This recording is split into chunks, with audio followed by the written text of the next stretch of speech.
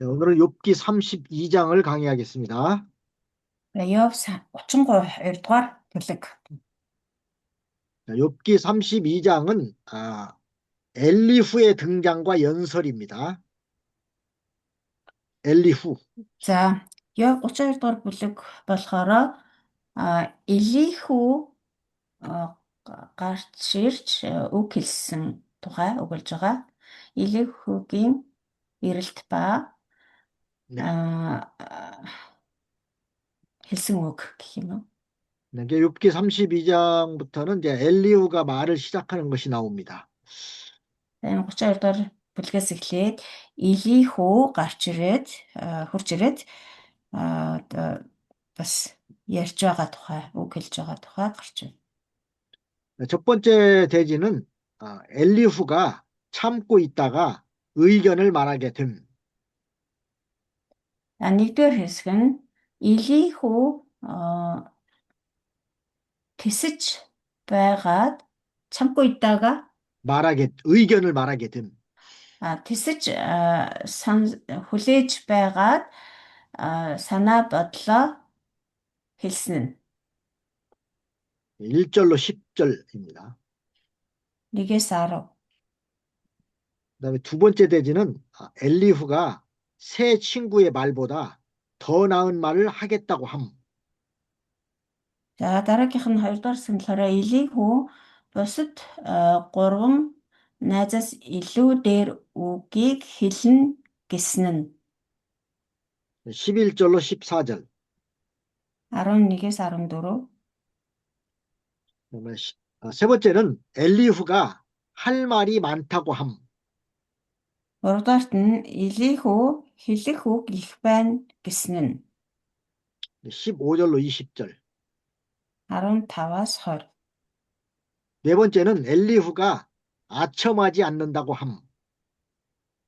За 4-дугаарт нь болохоор Элихүү бэлдүүцдэггүй гэсэн нь 21절로 22절입니다. 21-22. 욥기 32장의 핵심 내용을 보면은 먼저는 새 친구의 침묵입니다. 다시 말씀해 주세요. 이게 욥의 새 친구가 이제 침묵했다는 거. 몇 장이죠? 욥기 32장의 그 핵심 내용을 말하는 겁니다. За 32 дугаар бүлгийн гол нь харах юм бол нөгөө 3 найз нь болохоор чимээгүй болсон байгаа. 그러니까 욥이 자신을 의롭다고 주장하니까 새 친구가 더 이상 대답하지 못했습니다. Өмнөх бүлэгт Йов өөрийгөө зөвхт гэдгийг өчсөн байгаа тий. Тэгээд тэрийг сонсоод нөгөө 3 найз нь чимээг болсон. 그리고 엘리후의 분노입니다. За бас нэг агуулга гарч байгаа нь Элихүүгийн өөр хэлэн 욥이 하나님보다 자신을 의롭다고 여기는 태도 또 그리고 친구들이 욥을 제대로 반박하지 못한 점에 분노합니다. За Элихүүгийн өөр яагаад ямар учраас ингэж өөр нь хүрсэн бэ гэхээр Йов өөрийгөө бурхнаас ч илүү зөвхт гэж хэлж байгаа юм шиг бас тэгээд 3 найз нь Йовын эсрэг олигтойхон үг хэлж чадахгүй байгаад уурлаж уцаарсан байна. 그리고 이제 겸손한 태도입니다. 네? 겸손한 태도. 누구의? 엘리후가. 그렇게 분노를 하는 것이 겸손한 태도라고요? 그러니까 엘리후가 자기가 네. 나이가 제일 어리다는 이유로 말을 하지 않고 기다리고 있다가 결국 말하게 됐다는 겁니다. За тэгээ бас нэг зүйл нь болохоор Элихүүгийн даруй зам.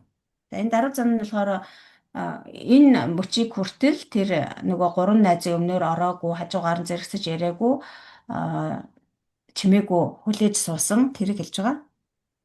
엘리후는 사람에게 아첨하지 않고 하나님의 뜻을 변호하기 위해서 자신의 의견을 밝힙니다. За бас Элихүү болохоор хүнд ингэж бэлтуучилж тусардалгүйгээр зөвхөн одоо бурхны өмнө өөрийнхөө зөв гэж бодсныгоо хэлсэн.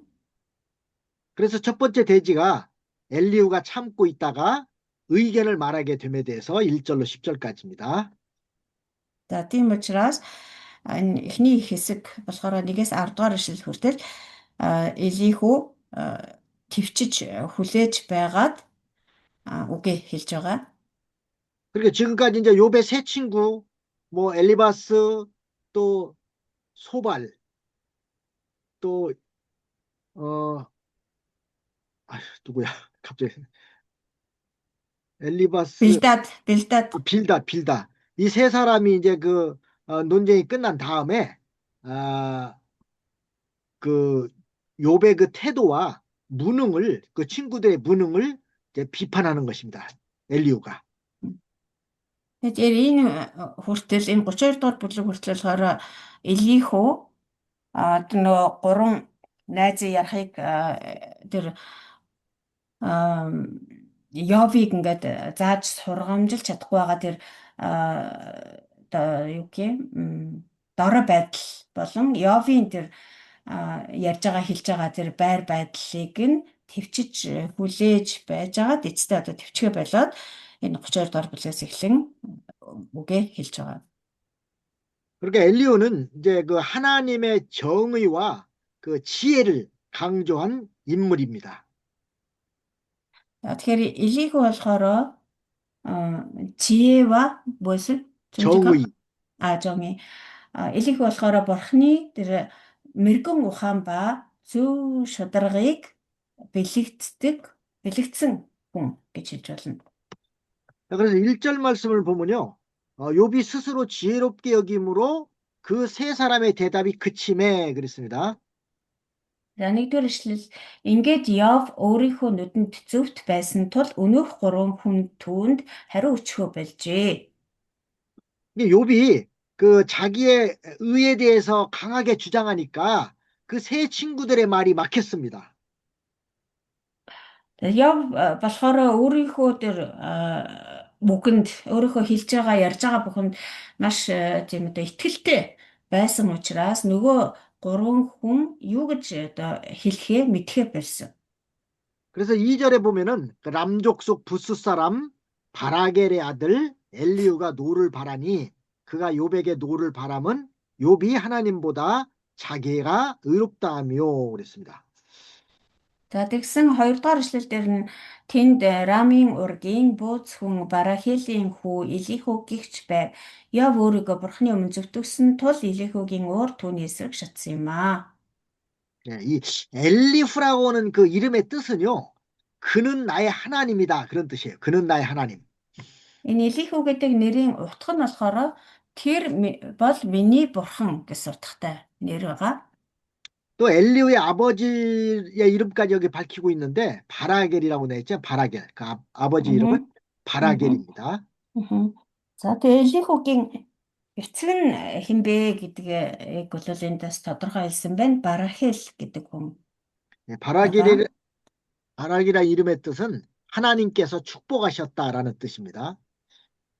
Барахил гэдэг нэр нь болохоор утга нь бурхан юрөөсөн гэсэн утгатай. 그래서 욥의 그 세 친구인 엘리바스와 빌닷과 소발이 여기 나온 엘리후는 그 세 친구들 외에 다른 사람입니다. За тэгээд энэ Элихүү гэдэг хүн бол Йовын нөгөө гурван найзалах нэлээ хин бэлээ. Билдад, Зафар, Элиазар гураас өөр тустай хүн байгаа. 엘리후는 이렇게 람족 속 부수 사람이라고 소개하고 있습니다. Элихүүгийнд танилцуулгахдаа Рамын ургийн бөөс хүн гэсэн байна. 이 람족 속 부수가 아마도 그 창세기 11장에 나오는 그 아브라함의 형제인 나홀과 하란의 딸인 밀가의 사이에서 태어난 아들인 것 같습니다. За тийм магадгүй одоо энэ Рамын ургийн бөөс хүн гэхээр Энэ нь болохоор Эхлэл 11-р бүлэг дээр гарч байгаа Авраамийн а, ах болох Нахор ба Милка нарын дундаас төрсөн удмын хүн байхаа. 자, 여기 엘리우란 뜻이 아까 그는 나의 하나님이라고 그랬잖아요. 이걸 보아서 엘리우가 하나님을 섬기는 사람이라는 것을 알 수가 있습니다. За ямар ч байсан энэ Элихүүгийн нэрийн утга нь болохоор бурхан тэр бол миний бурхан гэсэн утгатай нэр гэсэн тий. Тэгэхээр энэ Элихүү бол бурханд үйлчлдэг, бурханд итгэдэг хүн байсан гэж хэлж болно. 예, 근데 그가 즉 엘리우가 욥에게 노를 바란 이유는 욥이 하나님보다 자기가 의롭다함이라고 말하고 있습니다. За энэ юу Нахор болон Харааны охин Милка нарын дундаас төрсэн хүн байхаа гэж хэлж байна шүү. За тэгээд Элихүү хамгийн гол нь өөрлөсөн шалтгаан нь болохоор Йов өөрийгөө бурхны өмнө маш зөвхт гэж хэлээд байсан учраас өөрлөсөн. 자, 그러나 욥이 하나님보다 의롭다 한 적은 없습니다. Гэхдээ Монгол 성경에는 하나님 보다라기보다는 하나님 그 말도 앞에서라는 뭐 틀린 말이 아니에요. 예, 하나님 앞에서 자기가 의롭다고 한 적이 없습니다. За тэгээд Элигүү тэгэж Йовыг өөрийгөө ингээ бурхны өмнө зөвтгсөн учраас уурласан гэж байгаа тийм. Гэтэл яг үнэндээ бол Йов бурхны өмнө өөрийгөө зөвтгсөн удаагүй. 뭐 성경 해석에 좀 차이가 뭐 있는데 한국 성경에는 이제 욥이 하나님보다 자기가 의롭다하며 이렇게 돼 있어요. Тэгээд Солонгос Библийн орчуулга нь болохоор Йов өөрийгөө бурхнаас илүү зөвтгсөн гэж орчуулгатай байгаа юм байна. Тэгээд би сая асуулаа. За тэгээд илүү ч гэсэн бурхны өмнө ч гэж байсан ямар ч гэсэн Йов бол тэгж өөрийгөө зөвтгөөгүй гэж байна. 그런데 욥은 자기 자신이 고난받을 만한 죄가 없다고 주장했을 뿐입니다. Йов яг юу дээр өөрийгөө одоо зөвтгсөн бэ гэхээр тэгж одоо тэр хэмжээний зовлон зовлон эдлэх хэмжээнд тийм гэм нүгэл үйлдээгүй гэж л өөрийнхөө талаар хэлсэн. тэрнээс шууд зөвтгсөн юм байхгүй. 그러니까 다시 말하면 욥은 자기가 하나님 앞에서 의롭다고 한 적이 없고 다만 자기 자신이 고난받을 만한 죄가 없다고 주장했을 뿐이라는 겁니다. Тэр Йов өөрийгөө бурхны өмнө бол зөвтгсөн удаа байхгүй зөвхөн өөрийгөө юу гэж өмгөөлж ирсэн бэ гэхээр одоо бурхны шийтгэл лиг авах урьдчилан одоо тийм зовлон бурхны шийтгэлийг амсаж зовох хэмжээнд зовхоор тийм гэм нүгэл бурхны өмнө үлдэж байгаагүй гэдгийг хэлсэн. 그러니까 남이 말한 것에 대해서 사실 여부를 알아보지 않고 잘못됐다고 공격하는 것은 그건 사람의 인격이 부족한 탓입니다. Тэгээ хин нэгний талаар тэг яг бодит үннийг нь яг олж мдээгүй хэрнээ зүгээр л одоо тэр хүнийг учир зүггүй гаднаас нь хараад одоо шүүмжлэн буруутгах гэдэг бол тэр буруутгаж байгаа хүн өөрөө одоо хүн бол одоо зан чанар хүний хувьд төлөвшөөгүй байна л гэсэн үг. 그러니까 우리도 다른 사람이 말할 때 그 말의 사실의 진위 여부를 알아보지 않고 자기 생각대로 판단해서는 안 된다는 것입니다. Бид нар ч гэсэн хин нэгэн хүн өөр хин нэгний талаар ярьж байх юм бол зөвхөн тэр хүний яриаг сонсоод нөгөө хүнийг нь тэгж буруутгах юм уу шүүмжилж болохгүй. 근데 엘리후가 이렇게 노를 바랬다고 그랬잖아요. 노를 바란 그 이유가 그 세 친구들이 욥의 문제나 잘못을 바로 지적하지 못하면서 계속 오히려 무리한 연설만 늘어놨다는 것입니다. Тэгээд Элихүүгийн өөр нь тэр гурван нөхрийн эсрэг бас шатсан гэж 3 дугаар ишлэлдэр хэлж байна тий. Явын 3 нөхөр түүний буруутгасан идэж хариулах зүйл олж чадаагүй тул Элийнхийг уур мөн тэдний эсрэг шатваа гэсэн. Тэгэд тэр 3 Явын 3 найзын эсрэг яагаад уурлсан бэ гэхээр тэд нар баахан л юм зөндөө энэ 32 дахь бүлэг хүртэл зөндөө л тэр 3 найз нь л яриад байсан шүү дээ тий. Тэгтэл өчнөө юм ярьж чаад яг Йов юун дээр буруутай юм бэ? Ямар одоо буруу зүйл хийсэн бэ гэдгийг нь яг оноод хэлчихэж чадахгүй зүгээр л ямар ч утгагүй баахан юм л яриад байсан. Түүнд нь ууралсан байгаа. Йовын эсрэг ууралсан шалтгаан нь болохоор Бурхны өмнө өөрийгөө зөвтгөөд байсан учраас ууралсан. 3 найз нь болохоор ямар ч утгагүй юм яриад байсан учраас ууралсан.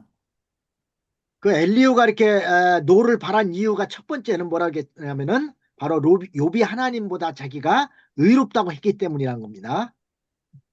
За сая би багшаас төрүүлээд ярьчих шиг боллоо. Одоо багш хэлж байна. Йовын Елихүүгийн уурсан шалтгаан болохоор нэгдүгээрт Йов өөрийгөө Бурхны өмнө зөвтгөөд байсан учраас Йовын эсрэг уурсан. 자, 두 번째 이유는 바로 3절 말씀에 보면은 또 새 친구들에게 노를 바람은 그들이 능히 대답하지는 못하여도 욥을 정죄함이라 그랬습니다. За хоёр дахь уурсан шалтгаан болохоор нөгөө 3 найзын эсрэг, 3 нөхөр Йовын 3 найзын эсрэг уурсан шалтгаан нь 3 дугаар ишлэлдэр гарч байгаа. Тэр 3 нөхөр нь Йовыг буруутгаад байсан хэрнээ яг хариултыг нь олж чадахгүй байсан учраас тэдний эсрэг Элихүү уурсан гэж байна. 그러니까 욥의 말에 논리적으로 반박하지 못하면서 오히려 욥을 정죄만 하고 있었기 때문이라는 겁니다. Өөрөөр хэлбэл тэр 3 найз нь Йовын хэлсэн үгийг яг логиктойгоор тий яг учир шалтгааны уялдаа холбоотойгоор одоо няцааж түүнийг буруутгаж чадахгүй байсан хэрнээ зүгээр л одоо учир зүггүй л Йовыг буруутгаад байсан. Тэрнээс биш яг логиктэй учир шалтгаантай чи ийм учраас ингэж буруутж байна гэдгийг нь тэгэж уялдаа холбоотойгоор яг онож хэлж чадахгүй байсан. 자, 그러나 엘리후는 욥의 죄를 잘 밝힐 수 있다고 장담하고 나선 것입니다. За харин Элихүү болохоор өөрөө Йовын гин бурууг би яг онож хэлж чаднаа, олж хэлж чадна гэж өөртөө итгэлтэй хэлсэн байна. 그래서 4절로 6절 말씀 한번 보면요. 4-өөс 6 дахь ишлэгийг харах юм бол 엘리후가 그들의 나이 자기보다 많음으로 욥에게 말하기를 참고 있다가 세 사람의 입에 대답이 없음을 보고 노를 바라니라. 부스 사람 바라겔의 아들 엘리후가 발언하여 가로되 나는 연소하고 당신들은 연로함으로 참고 나의 의견을 감히 진술치 못하였노라 그랬습니다. тэд өөрөөс нь насаар ахмад байсан тул Элихүү Йовтой ярилцгаа хүлээцнэж байв. Тэгээд өнөөх 3 хүний аманд хариу байхгүйг Элихүү хараад түүний уур шатжээ. Тиймээс бус хүн Барахилийн хүү Элихүү хэлв. Би насаар залуу, та нар ахмад билээ. Тиймээс ч би зүрхшээж бодлоо хэлэхээс эмээж байлаа. 엘리후가 지금까지 말을 하지 않고 참고 있는 그 이유는 바로 자기보다 나이가 많은 욥의 친구가 말을 다 하기를 기다렸을 뿐이라는 겁니다. Тэгэхээр Элихүү энэ мөчийг хүртэл юу ч ярихгүй төвчж хүлээж байсан учир нь нөгөөдөл нь өөрөөс нь насаар ахмад байсан учраас тэр тэсэж хүлээж байсан гэж байна. 자, 이것을 보면은 엘리후는 참 노인에 대한 그 예의가 있었습니다. За эндээс харах юм бол Элихүү ямар ч байсан ахмад хүнийг хүндлэх тийм ёс зүйтэй хүн байжээ. 하나님을 섬기는 사람은 노인을 부모처럼 여기고 존경하는 것이 옳습니다. За бурханд итгэдэг, бурханд үйлчлдэг хүмүүс бол яг Элихүү шиг ахмад насныг өөрийн эцэг их шиг хүндэлж харьцах ёстой. 그러니까 상식적으로 보더라도 나이 많은 사람이 말을 하고 있는데 젊은 사람이 그 나이 많이 먹은 사람의 말을 끊어버리고 거기에 같이 등장하는 것은 그건 예의적으로도 옳지 않다는 겁니다. Тэгээ ямар ч эрүүл ухаанаар бодсон гэсэн тэр одоо насаар бага залуу хүн ахмад хүн юм ярьж байхад чинь яриаг нь таслаад дундуур нь хөндлөнгөөс орж ирээд элдэв юм яриад байх нь бол одоо тэр ёс зүйд таарахгүй буруу зүйл юм. 네, 그러니까 엘리후는 그 연장자가 즉 나이 많이 먹은 사람이 말을 할 때에 그 연소자 나이가 적은 사람은 조용히 듣고 있어야 하는 그런 사회적인 전통을 지키면서 젊은이다운 그런 겸손을 유지한 것입니다. Тэгэхээр Илийнхүү настай хүн, ахмад хүн юм ярьж байхад залуу хүн бол одоо дундуур нь яриаг нь тасалж орохгүй, чимээгүй хүлээж сонсож суудаг. Тэр нийгмийн ёс заншлыг сахиж яг л одоо залуу хүн ямар байх ёстой тийм ёс зүйтэй байж чадсан байна. 네, 참고 성경에 그 성경을 보면 레위기 19장 32절, 레위기 19장 32절에 보면 너는 백발 앞에서 일어서며 노인의 얼굴을 공경하고 내 하나님을 경외하라. 나는 여호와니라. 이랬습니다. Тавтай холбоотой өөр Библийн ишлэл нь болохоор Леви намын 19:32 буурлын өмнө босон зогсож насныг дээдэлж бурхнаасаа эмээ би эзэн билээ гэсэн байна. 엘리야는 이렇게 그들의 논쟁을 계속해서 주의 깊게 들었습니다. Лихо болохоор тэр настай хүмүүсийн ярьж байгааг анхааралтай сонсоод хүлээж байсан. 설령 그들의 주장에 잘못된 점들이 발견됐을 때라도 연소자로서 나이가 어린 사람으로서 그 연장자들의 말이 끝날 때까지 감정과 반론을 억누르면서 이렇게 참아왔다는 것을 알 수 있습니다. Тэгээ тэдний одоо тэр наснуудын ярьж байгаа хэлж байгаа үгэн дотор нь одоо буруу зөрүү юм байсан ч гэсэн дундуур нь шууд таслаад одоо эн чинь буруу байна энэ тэрэг гэлгүйгээр чимээгүй сонсоол тэгээд өөрийнхөө одоо тэр сэтгэл хөдлөлийг эмоцийг захираад чимээгүй сууж ийсэн. Одоо өөрөө нас залуу учраас насаар ахмад хүний үгийг таслалгүй чимээгүй хүн сонсоод сууж ийсэн. 그래서 이게 여기 32장 6절부터 엘리후의 그 본격적인 그 연설이 시작되는 겁니다.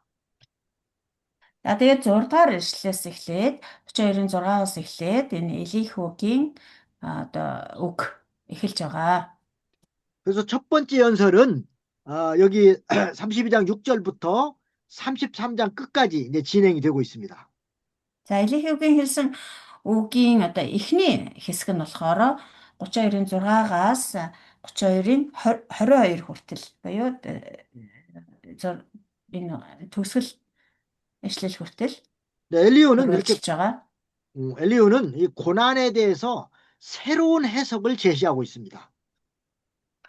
За энд Элихүү болохоор энэ зовлонгийн талаар одоо шин тайлбарыг хэлж байна. 즉 뭐냐면은 그 고난은 죄에 대한 형벌이다. 친구들은 다 이렇게 주장했어요. 그러나 그 원리에 거기까지만 해보세요. Тэр гурван найз нь болохоор зовлон юу гэж тайлбарласан бэ гэхээр энэ бол гэм нүглийн эсрэг шийтгэл юм аа гэдгээр тайлбарлаж байсан. 예, 고난받는 것은 죄에 대한 그 형벌로서 고난받는 것이다고 이렇게 세 친구들은 지금까지 주장해 왔다는 겁니다. Энэ 32 дугаар бүлэг хүртэл нөгөө гурван найз л яриад байсан шүү дээ. Тэгэл ээлжлэл ярьсан, тэгэл ээлжлэл гуруула яг адилхан зүйлийг л ярьж байсан. Юу вэ гэхээр зовлон бол гэм нүглийн улмаас ирж байгаа шийтгэл юм аа гэж л хэлж байсан. 그런데 엘리후는 그 고난 외에도 하나님의 사랑의 원리를 근거를 둔 고난도 있다는 것입니다. За гэтэл Элихүү болохоор за тийм одоо шийтгэл болж ирдэг зовлон байдаг ч гэсэн тэрнээс гадна Бурхны хайран дээр тулгуурласан ийм зовлон бас ирдгийм аа гэдэг талаас нь тайлбарсан байна. 결국 엘리후도 이렇게 고난에 의해서 좀 정화돼야 될 그런 욥의 죄를 교만이라고 지적하고 있습니다. Эцэст энэ Илихуч гэсэн бас одоо тэр зовлонгоор дамжуулан улам одоо цэвэршүүлэгдэж ариусгагдах ёстой Йовын гим нүгэл нь бол бардам байдал юм аа, бардам зан юм аа гэдгийг бас онцолж хэлсэн байгаа. 네, 7절부터 10절까지 한번 또 보겠습니다. 7-аас 10 дугаар эшлэгийг бас харъя.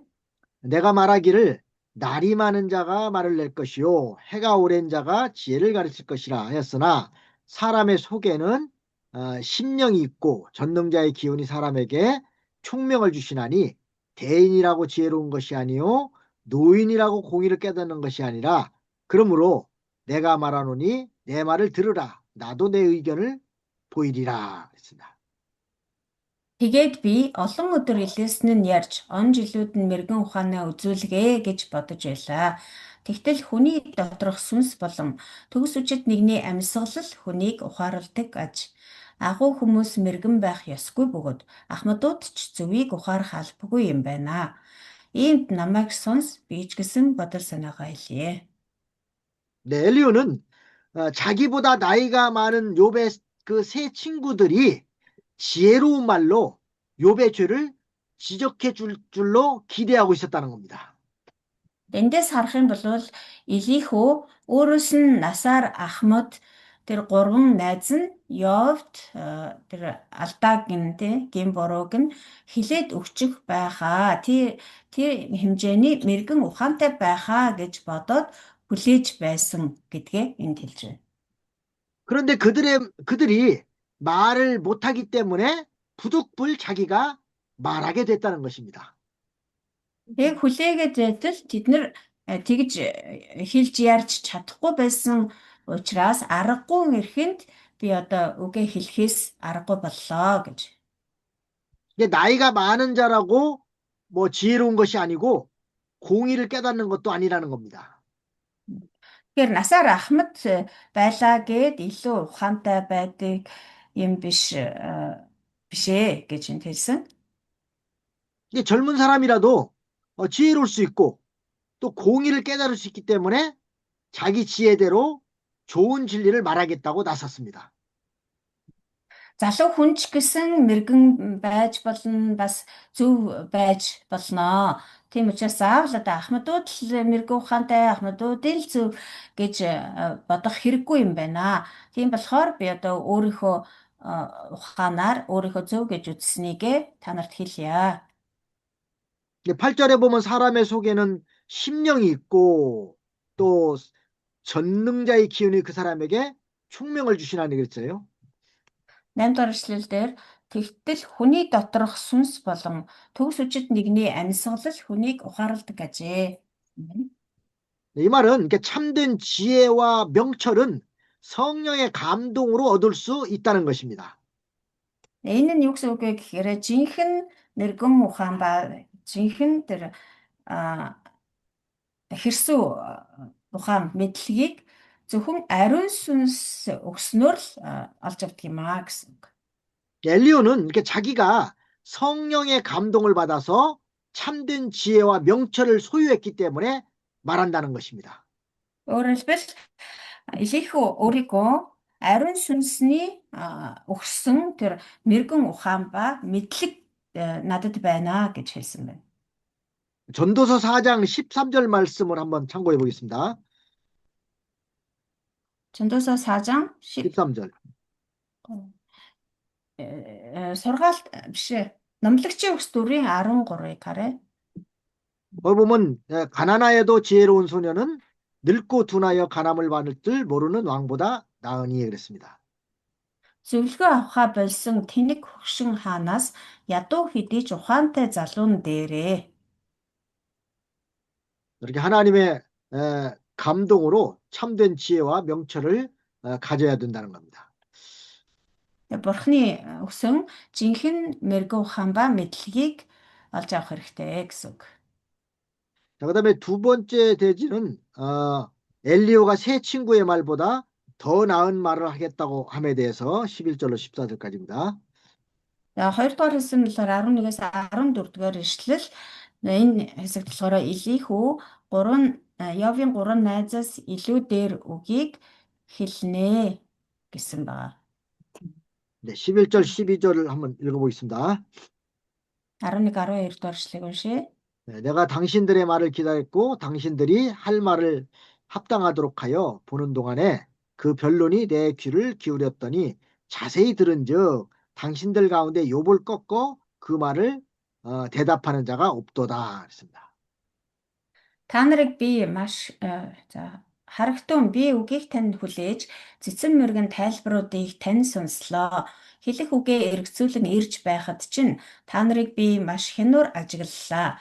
Үзэгтэн Йовыг няцаасан хинч байгаагүй бөгөөд үгэнд нь хариулсан хинч байсангүй. 그러니까 욥의 세 친구들이 그 욥이 변론하는 것을 엘리후가 자세히 듣고 있다가 그들 중에 욥을 꺾어서 대답하는 자가 아무도 없다는 거예요. За тэгээд нөө гурван найзынх нь үгийг Илихүү ингээ сонсоод ажиглаад сонсоод байсан чинь Йовын үгийг няцааж түүнд одоо хариу одоо зохих хариуг нь өгч чадах хүн ерөөсөй байхгүй байсан. 그래서 이제 자기가 나서서 말하기로 작정했다는 겁니다. Тийм учраас одоо Илихүү өөрийнхөө үгийг хэлэхээр шийдсэн байна. 말을 많이 하는 것보다 말을 잘 들어주는 것이 더 좋습니다. За бид нар ч гэсэн их ярихаас илүү их сонсох нь илүү чухал юм аа. 야고보서 1장 19절 말씀을 한번 참고해 보겠습니다. За Яаков 1-ийн 19 보면 내 사랑하는 형제들아 너희가 알거니와 사람마다 듣기는 속히 하고 말하기는 더디하며 성내기도 더디하라 그랬습니다. хайрт ах トゥ нар минь үүнийг мэдэх түн хүн бүр сонсохдоо түргэн ярихдаа удаан уур хэлэнд алхуур байгээ. 그러니까 듣는 것도 속히 듣고 또 말하는 것은 더디하고 또 성내는 것도 더디하라는 것입니다. Бид нарыг сонсохдоо түргэн бай, ярихдаа удаан бай, уур хэлэндээ алхуур бай гэсэн байна. 우리는 하나님 말씀을 배우고 또 모든 사연을 잘 듣고 신중히 생각해보고 조심스럽게 말해야만 실수하지 않는다는 것입니다.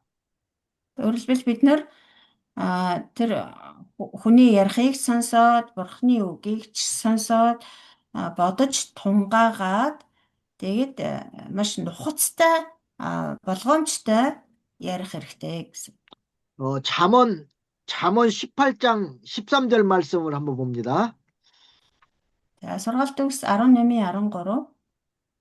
거기 보면은 이제 사연을 듣기 전에 대답하는 자는 미련하여 욕을 당하느니라 그랬습니다. Сонсохоос өмнө хариу хэлэх нь мулгуу агаад ичгүүртэй юм аа.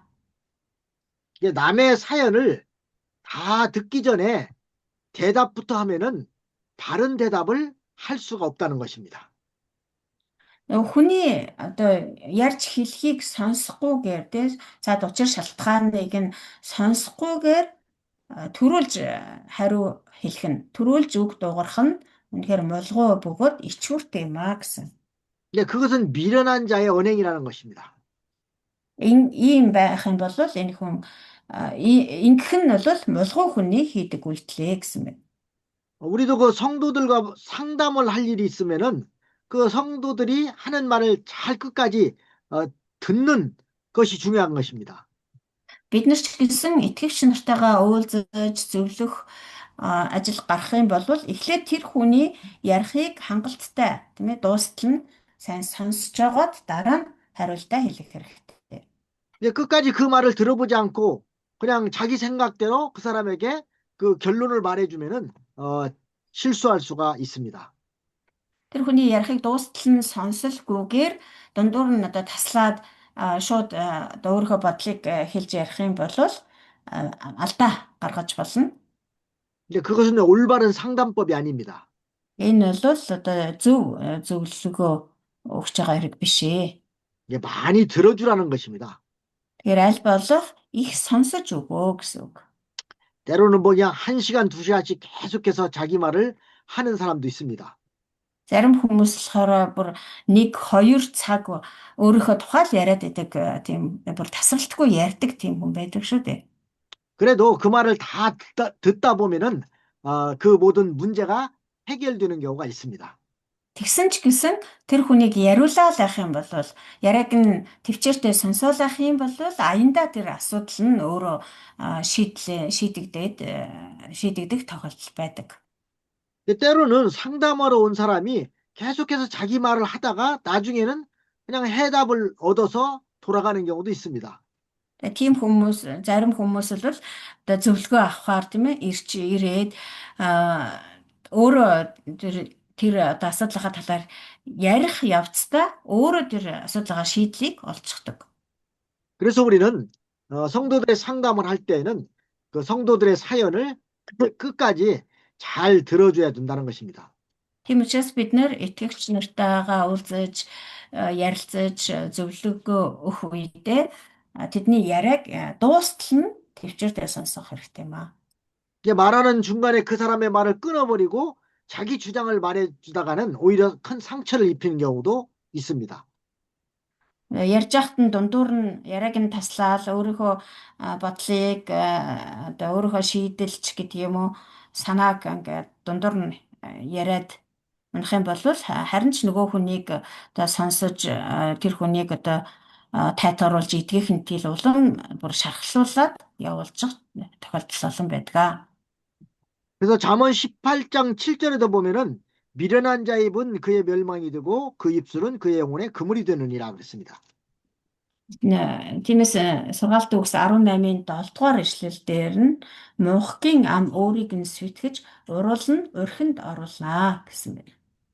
네, 우리 목회자들은 항상 말하는 것이 주 업무기 때문에 항상 말에 대해서 신중해야 되고 조심해야 됩니다. Тэгэхээр пастор ханчлагч хүмүүсийн гол ажил нь бол одоо ярих байгаа шүү дээ тийм ээ. Тийм учраас одоо ам хэлээ яриагаа үргэлж одоо ярианда үргэлж хэрсүү няхуур болгоомжтой хандж явах хэрэгтэй. 그러니까 자기 말만 하지 말고 상대방의 말을 잘 들어주라는 것입니다. Тэгэхээр юун төрүүлж дуграад байлгүй бас одоо өөрийнхөө үзэл бодлыг тулгаад байлгүй нөгөө хүнээ сайтар сонсоо, дуустал нь сонсоо гэсэн үг. 네, 엘리후는 지금까지 물론 자기가 연소하기도 하지만은 이렇게 욥의 친구들이 하는 말 또 욥이 하는 말을 잘 듣고 있었다는 것입니다. Тэгээ Элиху болохоор нэг талаараа залуу хүн байсан учраас одоо тэгж төвчээртэй сонсоод байсан боловч бас нөгөө тэгвэр тэгээ үүнийг одоо энэ одоо болгоомжтой байх ёстой гэдгийг мэддэг учраас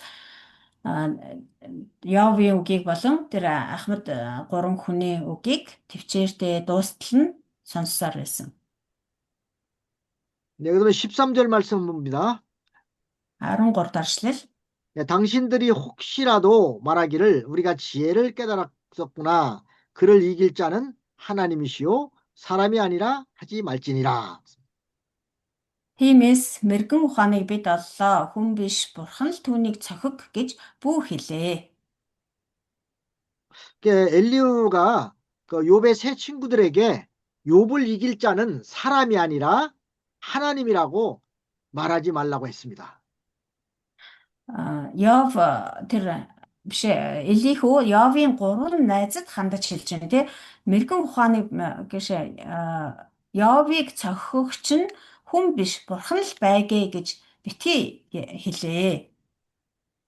엘리후는 욥의 세 친구가 욥을 이기지 못했지만 자기는 능히 이길 수 있다고 아주 장담을 하고 나섰습니다. Хүн биш бурхан л түүнийг цохиг гэж битгий хэлээ гэж тэр 3 найзад нь хандаад хэлж байна. Энэ нь болохоор нэг ёсондоо Элиху та нар одоо эхнийг Явыг ингэж няцаач чадаагүй, ялж чадаагүй байлаа гэд хинч чадахгүй гэсэн үг биш ээ. Би чаднаа. Би Йовыг няцааж ялж чаднаа гэж маш итгэлтэйгээр хэлж байгаа хэрэг. 그러나 하나님의 진리에 서 있는 자가 이긴다는 것입니다. Гэхдээ одоо учир зүггүй зөвхөн л өөртөө эрдэж ингэж хэлж байгаа юм биш. Мэргэг ухааныг бид бол одоо өөрөөр хэлбэл бурхны өгсөн мэргэн ухаантай байж ижил ялж чаднаа гэсэн үг. 네, 언제나 진리가 이기는 법입니다. Үргэлж одоо үнэн ялч байдаг. Үнэн бол үргэлж ялж байдаг. 요한복음 8장 32절에 보면은 진리를 알지니 진리가 너희를 자유케 하리라 그랬습니다. Иохан 8:32 дээр тийг үнэн та нар үннийг мэднэ, үнэн та нарыг чөлөөлөх болно гэсэн. 이 진리는 단순한 그런 지식이 아니라 자유와 승리를 가져오는 그런 능력이라는 것입니다. Үнэн гэдэг бол зүгээр л нэг мэдлэг биш. Эрхчлөө ба ялалтыг авчирдаг жинхэнэ үнэн, жинхэнэ мэдлэг юм. 요한복음 16장 33절에 보면은 세상에서는 너희가 환난을 당하나 담대하라. 내가 세상을 이기었노라. 이게 말씀했습니다. Иохан 16-гийн 33 гэсэн үү? 33 ертөнцид та нар зовлонтой байна гэвч зоригтой байх дуу. Би ертөнцийг ялсан. 예수 그리스도의 승리가 곧 진리의 승리라는 것입니다. Есүс Христийн ялалт бол үнний ялалт. 이 거짓은 잠깐뿐이지만 진리는 영원히 남아서 결국은 진리가 이긴다는 것입니다. Худал хуурмаг бол төр зуурхан л байдаг. Оршин тогтнож чаддаг. Харин үнэн гэдэг бол үрд мөнх оршин тогтож үрд ялалт байгуулж идэг юм аа. 이렇게 환난과 고난 속에서도 진리가 반드시 승리한다는 그런 믿음을 가져야 됩니다. Тийм учраас ямар ч зовлон, ямар ч гай гамшиг байсан гэсэн эцсийн эцэст үнэн ялнаа гэдэгт итгэлтэй байх хэрэгтэй. 네, 그다음 14절 말씀 보겠습니다. Дараа нь 14 дугаар эшлэл. 그가 내게 말을 내지 아니하였으니 나도 당신들의 말처럼 그에게 대답하지 아니하리라 했습니다. Тэр над руу чиглэж юм хэлээгүй. Тэгэд ч би ч та нарын шиг үгээр түүнд хариулахгүй. 엘리오는 욥이 자기한테 말하지 않았기 때문에 새 친구들처럼 욥이 변론하지 않겠다는 것입니다. Йов Илихүүд юм хэлээгүй. Илихүүд хандаж юм хэлээгүй учраас Йовч гэсэн тэр гурван найз шиг Йовд юм хэлэхгүй гэсэн байна. 이 말은 욥이 자기에게 대해서 뭐 거스르는 말을 하지 않았기 때문에 새 친구들처럼 욥에 대해서 다투는 말을 하지 않겠다는 것입니다. Энэ нь юу гэсэн үг гэхээр Йов Илихүүд ямар ч тийм одоо буруу зөрөө Илихүйг эсэргүүцсэн ч юм уу Илихүүгийн талаар одоо Илихүүг игдүүцүүлэх үг хэлээгүй учраас Илихүүч гэсэн Йовд тэр гурван найз шиг нь одоо тэр хэрэлдсэн хэрүүлийн чанартай маргааны чанартай үгээр Йовтай ярихгүй. Тийм үг Йовд хэлэхгүй гэж байна. 네, 즉 엘리오는 욥의 친구들과는 다른 방법으로 욥의 논리를 꺾어보겠다는 말입니다. Өөрөөр хэлбэл Илихүү тэр гурван найзаас өөр арга замаар Йовийн тэр өөртөө дэндүү итгэлтэй дэндүү бартан байгаа байдлыг нь няцаанаа, нураанаа гэж хэлж байна. 자, 우리는 여기서 그 빌립보서 2장 3절에 있는 말씀처럼 아무 일에든지 다툼이나 허영을 하지 말고 오직 겸손한 마음으로 각각 자기보다 남을 낮게 여기라는 말씀을 우리가 잘 새겨야 합니다. Үүнтэй холбоотойгоор бид нэр Филиппой 2-ын 3 дээр хэлсэн юу ч аминч санаархал эсвэл ихэрхэг зангаар бүү хий. Харин даруугаар бие биеэ өөрөөсөө дээр гэж үзээ гэсэн энэ үгийг дахин зүрхэндээ тогтоож шингээж авах хэрэгтэй. 근데 이 다툼이나 허영은 이 공동체를 분열시키지만 겸손은 하나됨으로 이끄는 것입니다. Ийм аминч санаархал альсгэл хэрүүл маргаан их зан болвол хамт олныг задалдаг, одоо хувааж тараадаг. Харин даруй зам болвол бүгдийг нэгтгэж байдаг юм аа. 그래서 그리스도의 마음을 본받아서 자신을 낮추고 남을 높이는 삶을 살아야 된다는 것입니다. Тийм учраас Христтэй адил бодол санаатай байж бусдыг өөрөөсөө дээгүүр өргөмжилж өөрийгөө харин бусдаас доогуур даруй байлгах хэрэгтэй. 또한 말뿐만 아니라 행동으로 남을 존중하고 섬기는 태도를 가져야 합니다. Бас зөвхөн үг хэлээрээ биш, үйлдэлээрээ бусдыг хүндэлж харилцаж, хүндэлж байгаагаа харуулж амьдрах хэрэгтэй. 네, 그다음에 세 번째 대지는 이제 엘리후가 할 말이 많다고 함에 대해서 15절로 20절까지입니다. За дараагийн 3 дугаар хэсэг нь болохоор 15-аас 20 дугаар ишлэл Элихүү хэлэх үг их байна гэсэн. 15절부터 17절까지 한번 읽어보겠습니다. 17 дугаар ишлэл хүртэл уншия. 그들이 놀라서 다시 대답하지 못하니 할 말이 없음이로구나. 그들이 말이 없이 가만히 서서 다시 대답지 아니한즉 내가 어찌 더 기다리랴. 나도 내 본분대로 대답하고 나도 내 의향을 보이리니 그랬습니다. Айн шантарчээ тэд хариулахчгүй байна. Амны үгсэн ч барагджээ. Ярихгүй таг зогсоод дахин хариулахгүй учраас яагаад би хүлээх ёстой бэлээ? Тэгэхээр би ч мөн өөрийн хуваар хариулж төрсөн санаа бодлоо хэлэх болно. 네, 욥의 세 친구들은 욥의 답변에 놀라서 아무 말도 하지 못하고 있기 때문에 엘리후가 더 기다릴 수가 없어서 말하기를 시작하겠다는 것입니다. Данд Йовын 3 найз нь Йовын үгийн хариуд хэлэх үггүй болсон учраас таг чимээгүй зогссоор байсан. Үүнийг хараад Элихүү цаашид тэсгээ болоод одоо тэгвэл би ярья. өөрийнхөө бодол санааг хэлье гэсэн. 여기 17절에 있는 말씀처럼 나도 내 본분대로 대답하겠다는 것은 엘리후가 욥에 대해서 말하는 것이 자기의 본분이고 책임이라는 것입니다. 17 дугаар ишлэлдэр тэгэхээр би ч мөн өөрийн хуваар хариулж төрсэн санаа бодлоо хэлэх болно гэсэн. Энэ өөрийн хуваар гэдэг нь болохоор өөрт нь оногдсон тэр одоо хувь ногдлын дагуу одоо өөрт нь ярих хувь оногдож шүү дээ. Одоо түүний дагуу хариулъя.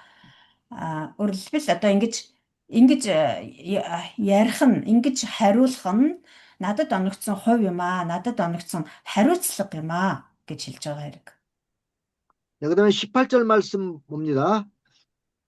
Дараа нь 18 дугаар ишлэл.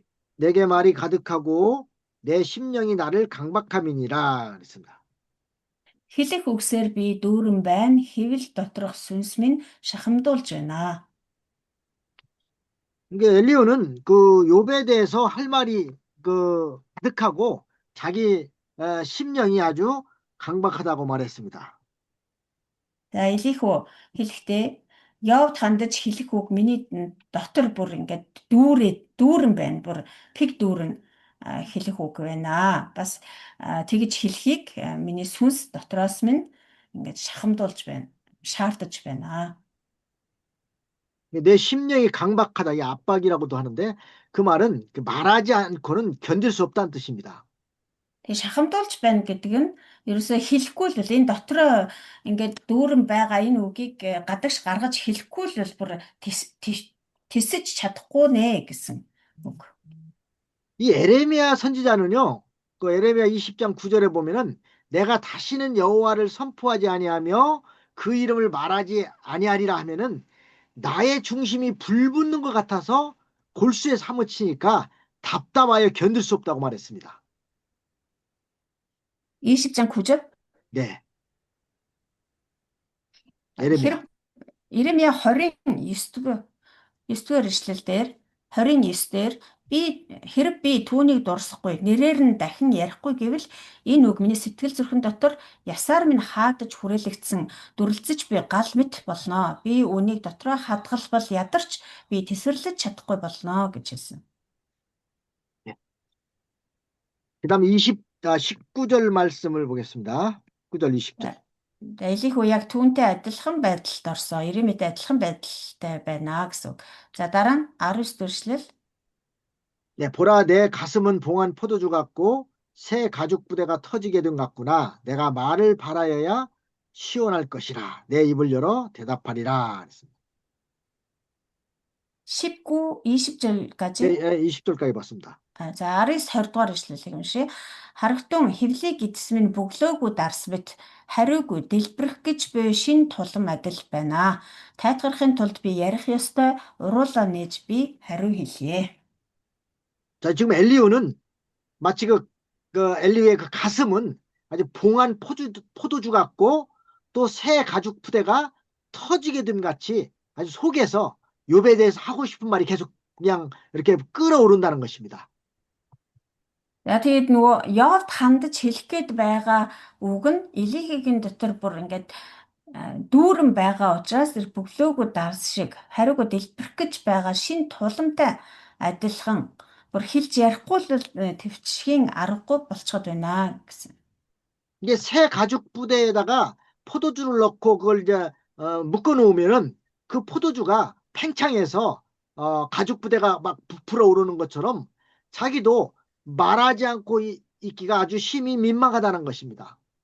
Шин тулманд дарс хийх юм бол нөгөө шин тулман нь одоо тэлээгүй одоо юу гэдгийг тэр тулман нь одоо гүйцэд боловсроогүй учраас тэр дотор нь нөгөө дарс нь ингээ боловсроод эсээд эхлэхээр нөгөө тулман дотроо нөгөө хийн дүүрээд тулман нь ингээд бүр ингээд чинээндэл тултал те хагартлаа ингээд хөөдөгтэй адилхан Элихүүгийн дотор Йовд хандаж хэлэх гэсэн үгнүүд бүр тэгээд яг дэлбэрэх гэж байгаа тэр туламтай адилхан болцоход байгаа учраас би одоо хэлэхээс өөр аргагүй байна. 이렇게 엘리후의 그 마음 속의 말과 그 영적인 깨달음이 아주 억눌려서 지금 아주 폭발 직전이라는 것입니다. Тэгээд Элихүүгийн хэлэх гэж байгаа үг тэр бодол санаа тэгээд тэр сүнсний тэр ухаарл ойлголт нь бүр одоо нөгөө төвчсээр ирсэн тий төвчсээр байгаад тэрийгээ дарсаар байгаад доош нь дарж одоо дарсаар байгаад одоо бол бүр ингээд дарахын аргагүй цаашид одоо төвчийн аргагүй дэлбэрхийн даваан дээр тулчаад байсан гэсэн. 여기 뭐 새 가죽 부대가 터지게 됨 같구나 이렇게 표현을 했는데 이 말도 새 가죽 부대도 물론 신축성이 있지만은 계속해서 이렇게 부풀어 오르다 보면은 결국은 터지게 된다는 것입니다. Дэлбэрэх гэж буй шин туламтай адил гэсэн тийм ээ. Тэг мэдээж одоо тэр тулам гэхээр чин тэр зориулалтын л материалаар хийсэн тэгэл бас л нэг уян хатан зүйл байгаа шүү дээ. Тэгсэн ч гэсэн дэлбэрэх гэж байгаа шин тулам гэхээр чин бүр ингээд бүр шин тулмыг хүртэл зад татгаар дэлбэрэх хэмжээний гэсэн үг шүү дээ. Тийм их одоо бүр чинээндээ тулцсан бүр тэндээ багтаж чадхаа болсон гэсэн ийм утгатай. Тэр хэмжээгээр түүний дотор одоо тэр хэлэх үгсэнд үүрсэн гэсэн. 그러니까 엘리후는 이 자신의 내적인 충동을 마치 이와 같이 지금 설명하고 있는 것입니다. Тэр Элихүүг дотроос нь тэр өдөөж байгаа тэр Элихүү өөрийнхөө доторх тэр өдөөлтийг тийм ээ одоо тэр одоо бас түлхэцч гэж ярьдаг тэр түлхэц бай өдөөлт одоо тэр бүр хэлэхгүй байж чадхааргүй хэлэхээс өөр аргагүй болгож байгаа тэр өдөөлтийг илэрхийлэхдээ тэр хүчтэй өдөөлт дотор нь ингээд дотроос нь өдөөж байгаа гэдгийг ингэж зөвлөж хэлсэн байна. 이렇게 하나님의 영이 주신 그 깨달음을 이 억누를 수가 없고 반드시 말해야만 속이 시원해진다는 그런 고백입니다. Бурхны сүнснээс өгөгдсөн тэр ухаарлыг ерөөсө дараад ч бүр дарагдахааргүй болоо тий заавал одоо олонд тэр ухаарсан зүйлээ хэлж ярьж гадагш ингэж гаргаж байж л одоо уужирдаг юм а гэдгийг илэрхийлсэн байна. 네, 여기서 잠깐 10분간 쉬었다 하겠습니다. За 10 минут засаалаа. 이제 네 번째 대지 21절로 22절은 엘리후가 아첨하지 않는다고 함에 대해서 배웁니다. За 4-р хэсэг 21-с 22 дахь эшлэл Элиху өөрийгөө бэлтуучилтгүй гэж хэлсэн. 네, 21절, 22절 한번 읽어보겠습니다. 21-22 дахь эшлэг уншия. 네, 나는 결코 사람의 낯을 보지 아니하며 사람에게 아첨하지 아니하나니 이는 아첨할 줄 알지 못함이라. 만일 그리하면 나를 지으신 자가 속히 나를 취하시리로다. 그랬습니다. Хэнд ч би тал тохой татахгүй, бэлтуучлахгүй. Хэрхэн бэлтуучлахыг хизээнээс мэдэхгүй. Хэрв тийм биш бол бүтээгч минь намайг даруй зайлуулнаа. 엘리후가 욥에 대해서 말하려는 것은 아첨하기 위한 것이 아니라는 것입니다. Элихүү Йовын талаар үг хэлэх гэж байгаа нь бэлтуучлах гэсэндээ биш юм аа. 만약에 아첨하기 위해서 말한다고 하면은 하나님께서 자기를 죽이는 것이 마땅하다고 증거했습니다. Хэрвээ бэлтуучлах гэж эдгээр үгсийг хэлэх гэж байгаа бол бурхан өөрийг нь зайлуулах болно. Өөрөөр хэлбэл устгах болно. 자, 이것은 엘리후가 아무런 그 편견이 없이 욥에 대해서 결백하고도 정당한 말을 하겠다는 것입니다. Энэ юг хэлж байгаа вэ гэхээр Элихүү Йовын талаар ямар ч тийм одоо явцад бодол өрөөсгөл үзэлгүйгээр яг л оновчтой яг л байгаагаар нь зөв үгийг хэлнэ гэж байгаа хэрэг. 네, 성경에 아첨하지 말라는 말의 그 참고 성경을 한번 찾아보겠습니다. Бэлтуучлахтай холбоотой Библийн бусад ишлэлүүдийг харъя. 시편 12편 2절로 3절. Дуулал 12-ийн 2-оос 3.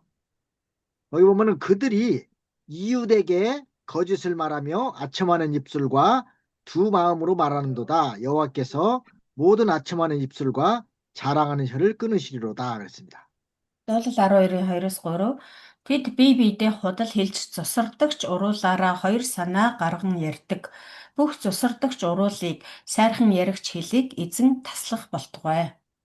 아첨은 이렇게 거짓과 연결이 되고 하나님께서 그것을 심판하신다고 경고하고 있습니다. Цусарднан бэлдуучлан гэдэг бол бүгд худал хуурмагтай холбоотой байдаг.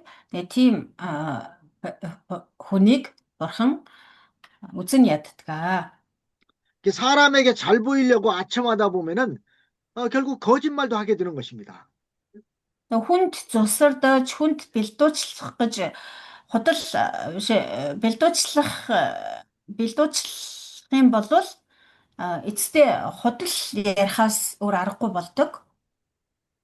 우리는 하나님 앞에 바로 하려는 정신을 가져야지 사람에게 아첨해서 잘 보이려고 하는 그런 마음을 가지면 안 됩니다. Бид нэр бурхны өмнө зөв байх ёстой болохоос ш хүмүүсийн өмнө бэлдуучлалж цусардаж худал хуурмгийг ярих ёсгүй, үлдэх ёсгүй юм аа. 하나님께 인정받는 사람은 사람에게도 인정받는 것입니다. Бурханд хүлээн зөвшөөрөгдөх юм бол хүмүүст ч гэсэн хүлээн зөвшөөрөгддөг. 그리고 데살로니가전서 2장 4절 5절 한번 보겠습니다.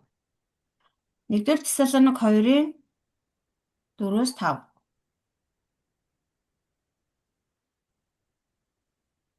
네, 거기 보면은 오직 하나님의 옳게 여기심을 입어 복음 전할 부탁을 받았으니 우리가 이와 같이 말함은 사람을 기쁘게 하려 함이 아니요 오직 우리 마음을 감찰하시는 하나님을 기쁘게 하려 함이라. 그렇습니다. Дөрөвдүгээр эшлэл дээр нь 1-р Тесалоник 2:4 дээр харин сайн мэдээг бидэнд хариуцуулахаар Бурхны даалгасан ёсоор бид хүмүүст таалагдах гэж бус харин зүрхийг маань шалгагч Бурханд таалагдахаар ярьдаг юм аа. 5절 말씀에도 보면 우리가 아무 일에도 아첨의 말이나 탐심의 탈을 쓰지 않는 것을 하나님 증거하시느냐. 그렇습니다. 5-р эшлэл дээр нь та нарын мэдсэнчлэн бид хизээч цусарч үгтэй шунхаа сэтэлтэй байгаагүй. Бурхан үнийг гэрч. 이게 사도 바울은 복음을 전할 때에 아첨하지 않고 하나님을 기쁘게 하는 것을 목표로 해서 전했다는 것입니다. Тэгэхээр Илч Паул сайн мэдээг дэлгэрүүлэхдээ ерөөсөө хүмүүст цусрахын тулд ярьж байгаагүй харин зөвхөн Бурханы өмнө үнэн зөвөөр гэрчилдэг байсан. 사람의 귀에 듣기 좋게 말하기 위해서 또 사람에게 인정받게 하기 위해서 아첨하는 말로 말하는 것은 옳지 않다는 것입니다. Бурханд таалагдахаар ярьдаг байсан. Тэгэхээр хүмүүст таалагдах гэж зусарч үг хэлж худал хуурмгийг ярих нь бол ерөөсөө зөв биш юм. 그러니까 아첨은 거짓과 자기 이익을 위한 말이고 결국에는 하나님께 버림을 받을 수 있다는 것입니다. Тэгэхээр зусарч бэлдууч үг болвол зөвхөн одоо өөрийнхөө ашигын төлөө аминч санаатай тэгээд бас худал хуурмгийг ярьдаг учраас эцэст Бурханд хаягдахаас өөр аргагүй. 진리는 때때로 불편해도 그대로 말해야 됩니다. Харин үнэн үг болвол заримдаа гашуун сонсогддог ч гэсэн таагүй байдаг ч гэсэн заавал бид нар үннийг ярьж явах хэрэгтэй. 그러니까 복음을 전할 때에는 사람의 기분을 맞추는 것이 아니라 하나님을 기쁘시게 해드리고 하나님 앞에 바로 하는 정신을 가지고 전해야 됩니다. Тийм учраас бид нар сайн мэдээ дэлгэрүүлэхдээ ерөөсөө хүмүүсийн тэр сэтгэл санаанд тааруулах гэж хүмүүсийн ая таалалд нийцүүлэх гэж явах ёсгүй маа. Зөвхөн Бурханд таалагдаж, Бурханы өмнө зөвхт байхаар л ярих ёстой. 네, 그러니까 성도의 태도는 사람을 기쁘게 하는 것이 아니라 하나님을 기쁘게 하는데 두어야 된다는 것입니다. Тиймээс ариун хүмүүс буюу итгэгчдийн өөрийгөө авч явах тэр байдал нь бол өөрийгөө яаж авч явах ёстой вэ гэхээр хүмүүсийн таалалд нийцүүлэх биш. Зөвхөн Бурханы таалалд нийцүүлж, Бурханыг баярлуулахад төлөө явах ёстой. 그러니까 때로는 하나님을 기쁘게 하기 위해서 하다 보면은 사람에게는 미움을 받을 수도 있다는 것입니다. Тийм болохоор Бурханд таалагдах гэж, Бурханыг баярлуулах гэж явж явах замдаа бид нэр хүмүүст үзэн ядагдаж болно. 반대로 사람을 기쁘게 하기 위해서 하다 보면은 오히려 하나님 앞에 하나님의 진노를 쌓을 수도 있다는 것입니다. Эсвэргээрээ хэрвээ хүмүүст таалагдах гал яваад ах юм бол Бурханы уур хилэнг өөр дээрээ хурааж болно.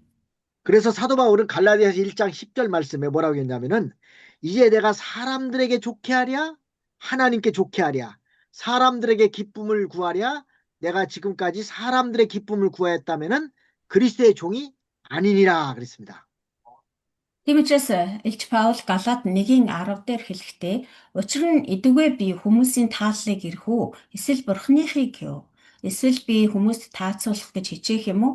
Хэрэг би эдүгээ хүртэл хүмүүст таацуулсаар байсан бол Христийн зарц биш байх байсан.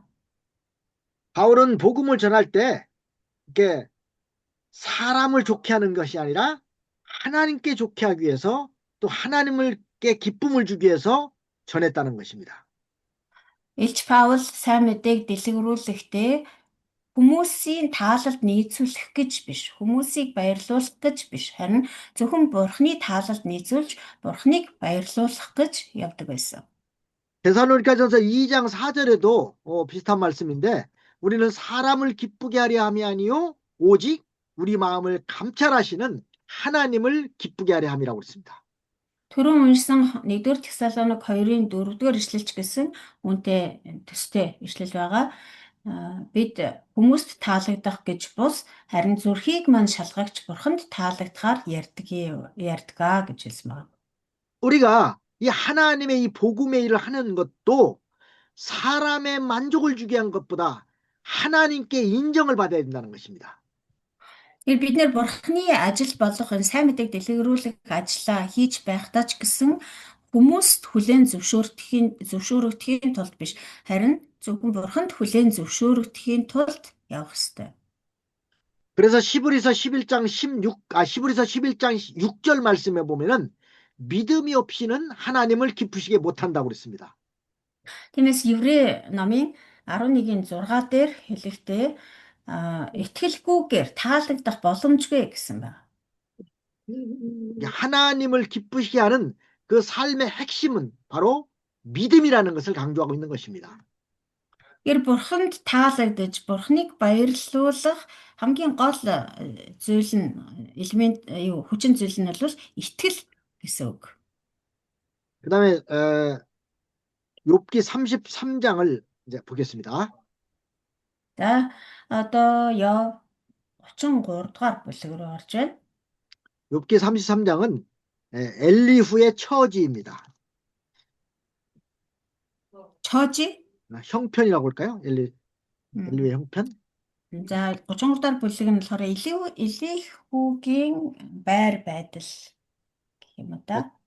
첫 번째 대지는 처지라는 게 자기가 그 처해 있는 형편을 말하는 겁니다. 네네. Элихүүгийн байр байдал.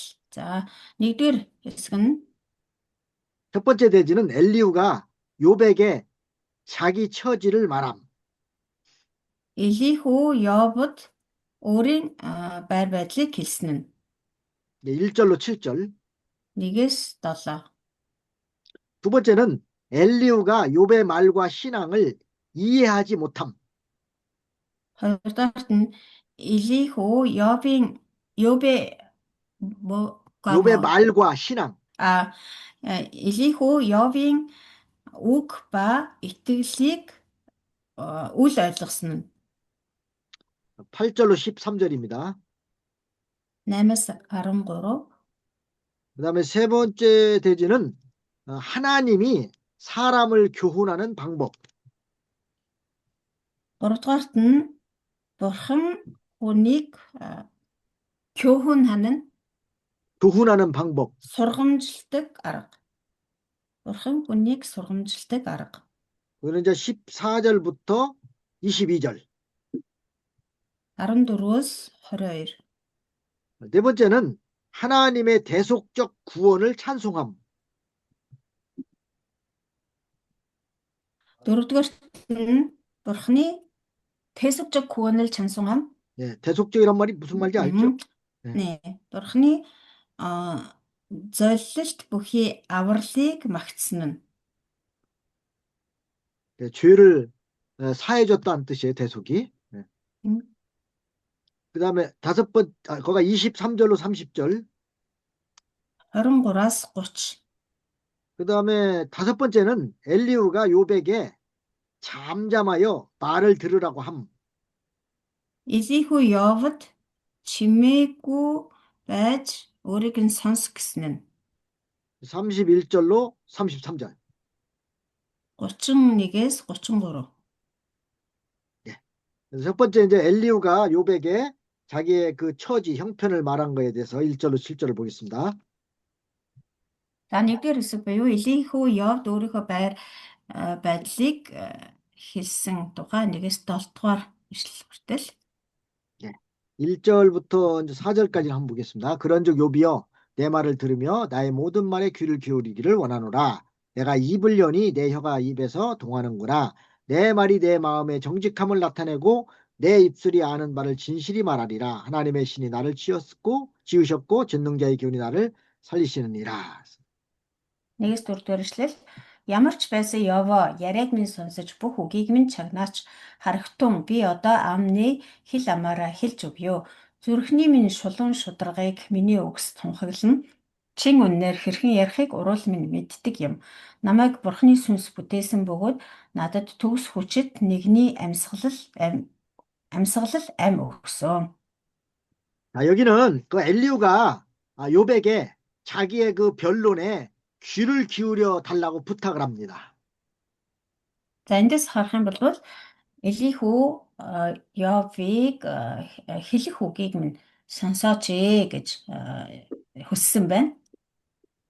그 이유에 대해서 이제 세 가지로 말하고 있습니다.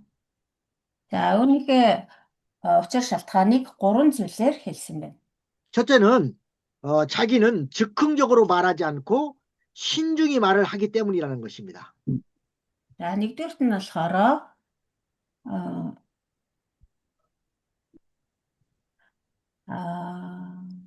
신중히 말을 하기 때문이라는 거예요. 3절의 말씀이에요. 신중하게 말한다는 거는 네, 목사님?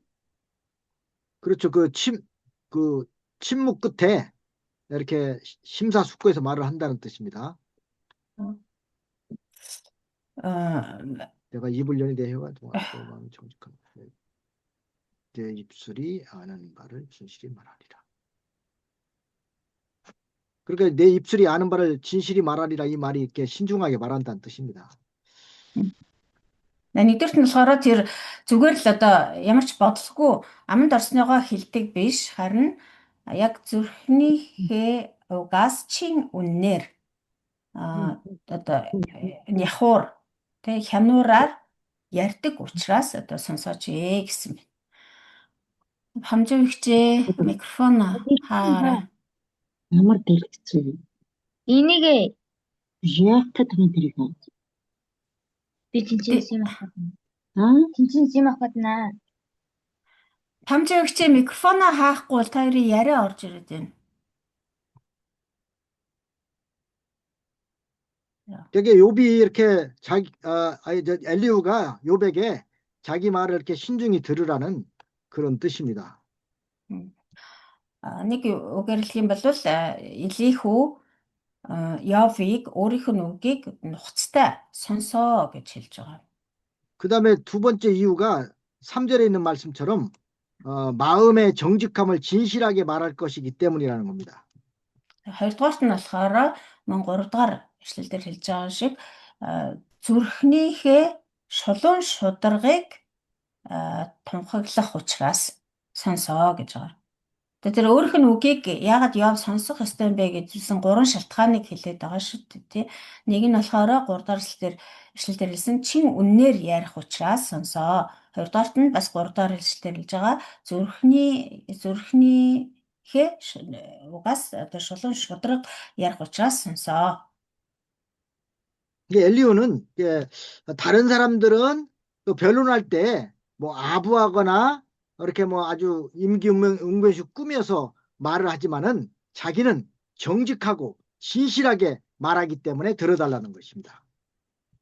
Бусад хүмүүс бол ярихдаа одоо зусарч бэлтууч үгээр ч юм уу эсвэл их гоё сайхан үгээр ярьдаг. Харин Элихүү болохоор тэхгүй яг шулуун шудраг тэгээ чин үннээр ярих учраас миний үгийг сонсоо.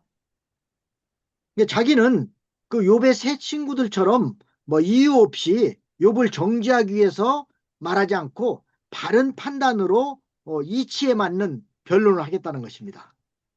Өөрөөр хэлэх юм бол Элихүү болохоор тэр Йовын 3 найз шиг ямар ч одоо тийм үндэслэлгүйгээр зүгээр л учир зүггүй Йовыг буруутгахгүй. Харин яг л одоо учир шалтгаантайгаар тийм ээ логиктойгоор уялдаа холбоотойгоор үндэслэлтэйгээр ярих учраас өөрийг нь сонсооч гэж байгаа. 또 세 번째는 그 4절에 있는 말씀처럼 그 성령의 감동이 있기 때문이라는 것입니다. 여기 하나님의 신이 여기서 하나님의 신은 성령을 말하는 겁니다. 3 дахь одоо Элихүүг Йов сонсох ёстой шалтгаан нь болохоор 4-р эшлэлдээр гарч байгаа намайг Бурхны сүнс бүтээсэн юм гэж байна. Бурхны сүнс гэдэг нь ариун сүнсийг хэлж байгаа. Ариун сүнс Элихүүгийн дотор байгаа учраас сонсох хэрэгтэй. 그러니까 여기 하나님의 신은 성령을 가리키는 것이고 또 전능자의 기운은 성령의 감동을 가리키는 것입니다. Дөрөвдүгээр эшлэлээр гарч байгаа Бурхны сүнс гэдэг нь ариун сүнсийг хэлж байгаа. Мөн төгс хүчит нэгний амьсгал гэдэг нь болохоор тэр ариун сүнсээр өгөгдөж байгаа тэр юу гэх юм тэр сэтгэл хөдлөл 그러니까 онгод буюу сэтгэл хөдлөл гэсэн үг.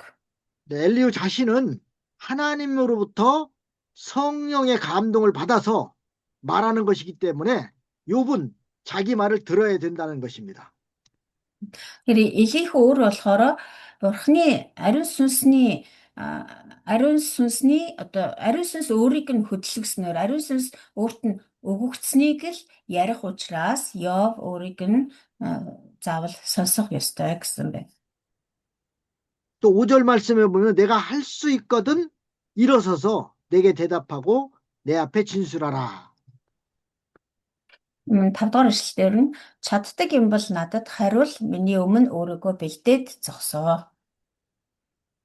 엘리후는 욥에게 이렇게 할 수 있는 대로 서로 할 말을 다 하고 이렇게 뭐 허심탄회하게 변론하자는 것입니다. За энэ дээр болохоор жоохон юм яг өнгө айсан жоохон нэг жоохон чи чаддсан бол тэхгүй юу энэ төр гэсэн байртай ингээд Монгол хэлээр илэрхийлсэн байна. 5-р эшлийн одоо яг санаа нь болохоор ингээд одоо хин нь чадлынхаа хэрээр би эндээ хариулъя. Ерөөсөө одоо далд муу санаагүйгээр яг илэн далангүй хэлэлцъя гэсэн ийм утга байгаа. 그리고 6절로 7절 봅니다. За цааш нь 6-аас 7-р эшлэл. 나와 내가 하나님 앞에서 일반이니 나도 흙으로 지으심을 입었은즉 내 위엄으로는 너를 두렵게 하지 못하고 내 권세로는 너를 누르지 못하느니라. Үзэгтэн Бурхны өмнө би тантай адил бас л адилхан шаврын үдснээс бүтээгдсэн. Үзэгтэн надаас айх хэрэггүй, үнэндээ би таныг эс дарнаа. 엘리후는 자신도 욥과 같이 흙으로 지으심을 받은 피조물이기 때문에 자기 권세나 위엄으로는 욥을 누를 수가 없다는 것입니다. Элихуч гэсэн Йовтай адилхан тоос шорооноос бүтээгдсэн Бурхны бүтээл төдий учраас Йовын дээр гарч нөхийг тэгж айлгаж эрх мэдлээрээ сүрдүүлж дарлах гэсэн санаа байхгүй. 즉 동등한 위치에서 성령의 감동으로 깨달은 진리를 말하겠다는 것입니다.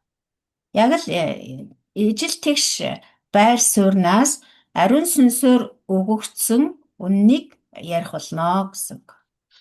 자, 이렇게 엘리후가 남을 멸시하거나 또 강압하지 않고 다만 성령의 감동으로 깨달은 진리만 말하려고 하는 것은 이건 좋은 것입니다.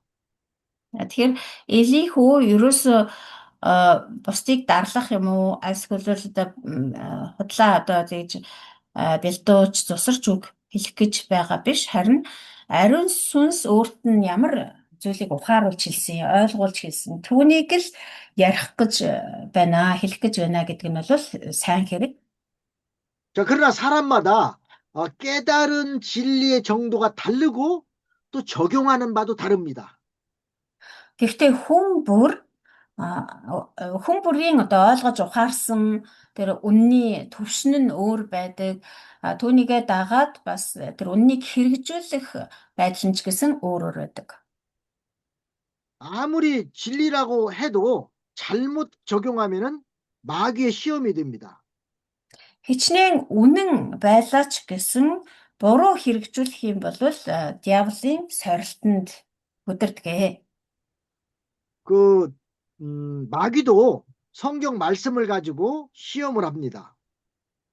Диавол чөтгөрч гэсэн Библийн үгээр биднийг сордог. 이 마태복음 4장 6절에 보면 마귀가 예수님을 시험할 때 그 성경 말씀을 가지고서 이렇게 그 성경 꼭대기에서 뛰어내리면은 그 사자가 손으로 받들어서 발이 돌에 부딪히지 않게 하겠다는 그 말씀을 인용을 했습니다.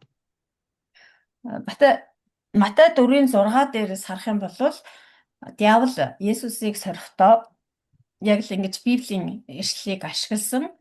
Тэгээд хэрвээ чи энэ өндөр дээрээс үсрэх юм бол Тэнгэр элч нар Бурхан Тэнгэр элч нартай тушаагаад чиний хөлийг чулуунд ч цохиулахгүй гар дээрээ өргөөд явнаа гэсэн.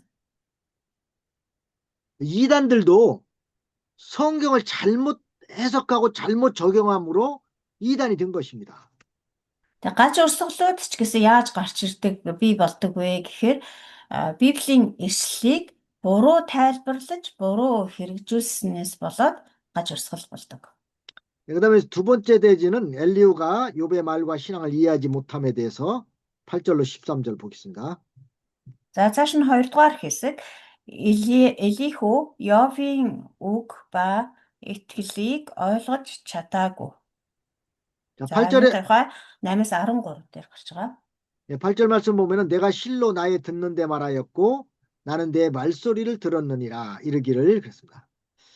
8 дугаар ишлэл үнэхээр чихэн дээр минь ярьсан үгсийг чинь би сонссон билээ. 엘리후는 욥이 하는 말을 직접 듣고 욥의 잘못된 것을 말함으로 자기 증거가 정확하다는 것입니다.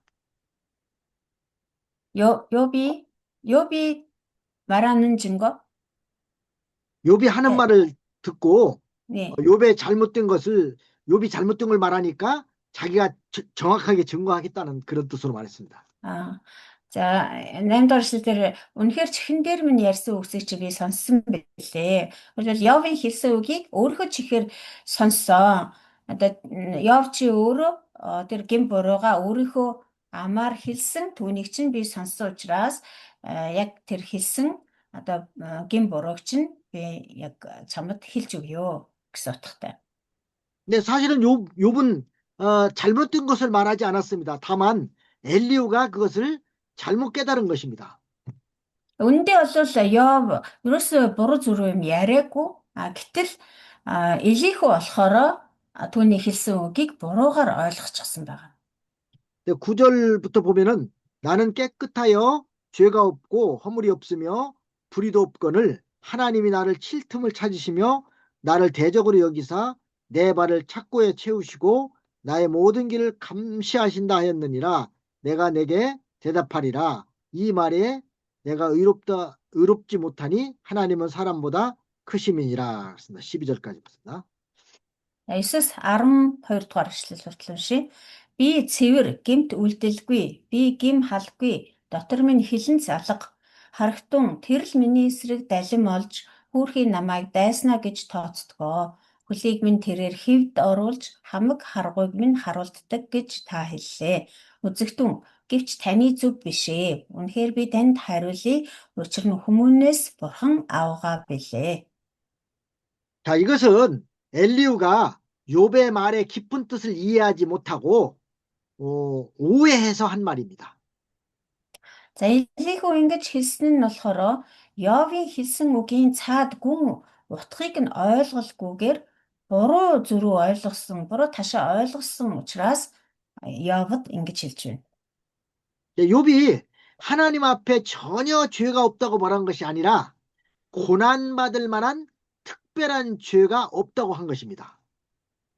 Йов болохоор өөрийгөө бурхны өмнө ямар ч гэм зэмгүй гэж хэлээгүй. Харин ингэж зовж зүдрэхээр тийм онцгой гэм нүглийг би хийгээгүй гэж л хэлсэн. 그러니까 고난당하는 원인을 찾기 위해서 하나님께 부르짖은 것뿐입니다.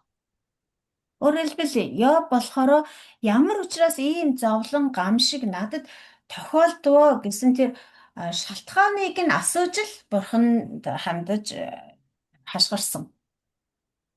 근데 그게 이제 욥기 27장 1절부터 4절까지 내용입니다. 27장? 네, 그거에 대해서 반박한 거예요. 27장 1절로 4절. За тэгээ энэ нь болохоор нөгөө Йовын хэлсэн үгс дундаас 27-гийн 1-ээс 4-р ишлэлээр хэлсэн зүйлс байгаа. 자, 그런데 엘리후는 그 말을 오해를 해서 욥을 공격하는 구실로 삼은 것입니다. Йов 27-гийн 1-4 дэх ишлэлдэр Йовын хэлсэн үгийг Илихүү одоо үлгэж аваад тэр хэлсэн үгийг нь Йовын эсрэг одоо довтлохоо болгож энд хэлж байна. 하나님은 사람보다 크심이라고 그랬습니다.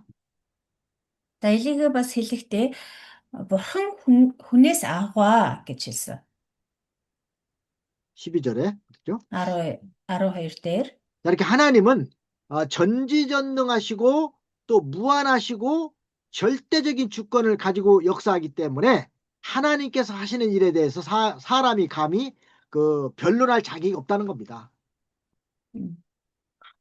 Бурхан бол бүхнийг чаддаг, бүхнийг мэддэг. Түүнд бол хэмжээ хязгаар гэж байхгүй, хязгааргүй оршигч, бас төгс хүчит бурхан учраас түүнийг бурханыг хэмжиж чадах хүн нэгч байхгүй.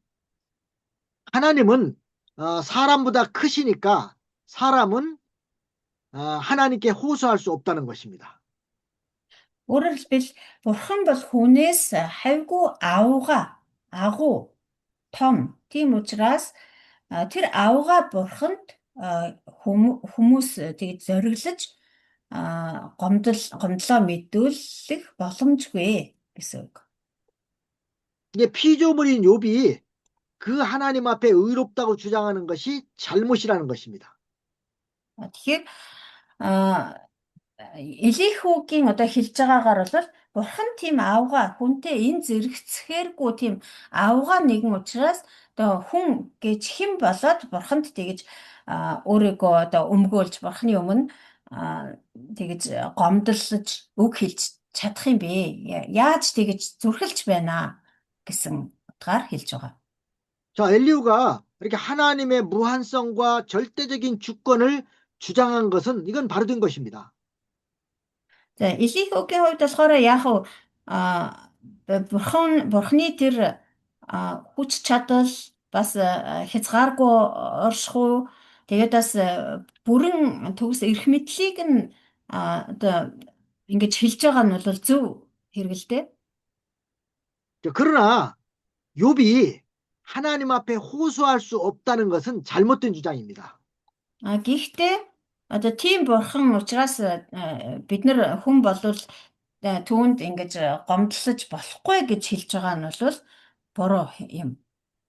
우리 성도는 언제나 하나님께 호소할 수 있는 것이고 또 하나님께서는 그 호소를 기뻐 받아주십니다.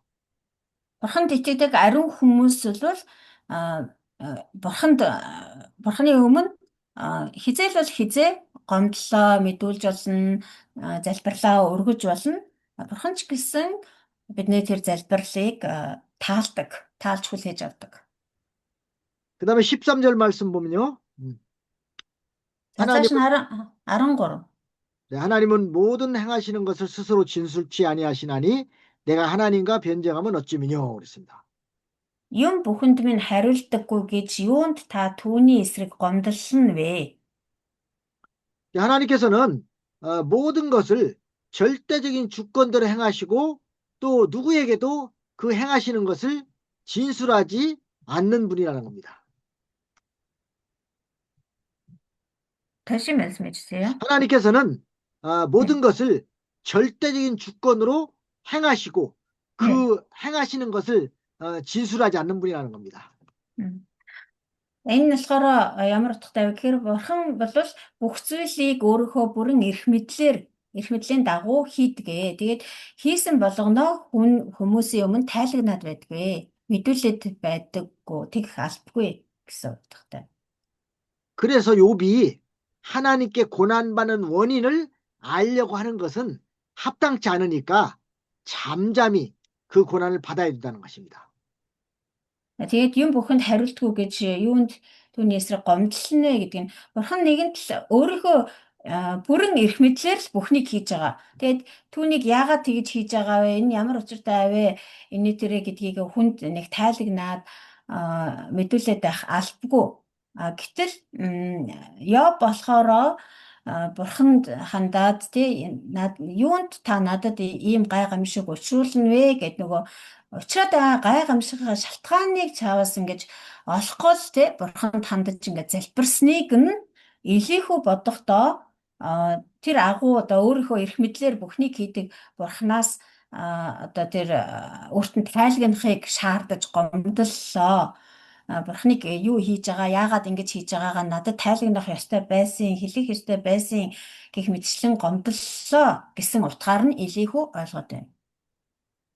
그러니까 욥이 하나님과 변쟁하자는 것은 옳지 못하다는 것입니다.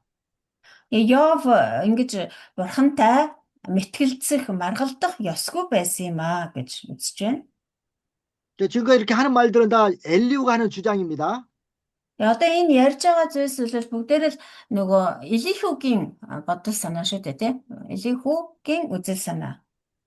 그다음에 세 번째 대지로 14절부터 22절까지는 하나님이 사람을 교훈하는 방법입니다. За дараа нь 3 дугаар хэсэг нь 14-өөс 22 дугаар ишлэл хүртэл бурхан хүнийг сургамжилдаг арга. 근데 14절 말씀에는 사람은 무관히 여겨도 하나님은 한 번 말씀하시고 다시 말씀하시되 그랬습니다.